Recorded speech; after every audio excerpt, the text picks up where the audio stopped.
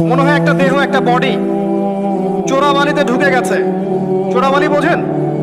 একটা বডি চোরাবালিতে ঢুকে গেছে। প্রথমে ছিল টাকলু পর্যন্ত। যখন টাকলু পর্যন্ত ছিল তখন সে নড়াচড়া করার চেষ্টা করেছে। আশপাশের মানুষরা ওকে বুঝিয়েছে নড়াচড়া করো না, টাকলু পর্যন্ত আছো, হাঁটু পর্যন্ত চলে যাবা। সে নড়াচড়া করা থামিয়ে দিয়েছে। নড়াচড়া না করা সত্ত্বেও একদিন তার হাঁটু ডুবে গেছে।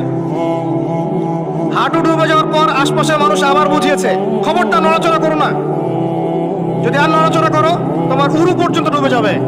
সে বেচারা নড়াচড়া করে নাই, দাঁড়িয়ে আছে। নড়াচড়া না করা সত্ত্বেও একদিন তার থাই পর্যন্ত ডুবে গেছে। এভাবে আস্তে আস্তে কোমর, তারপর আস্তে আস্তে বুক, আস্তে আস্তে গলা।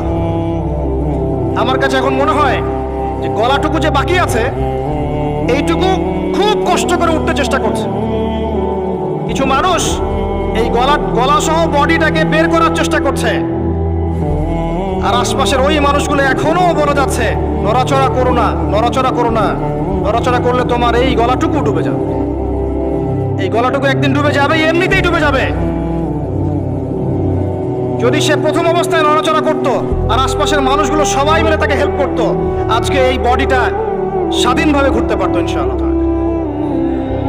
আর এই বডিটা হচ্ছে সারা বিশ্বে মুসলিম উম্মাহ।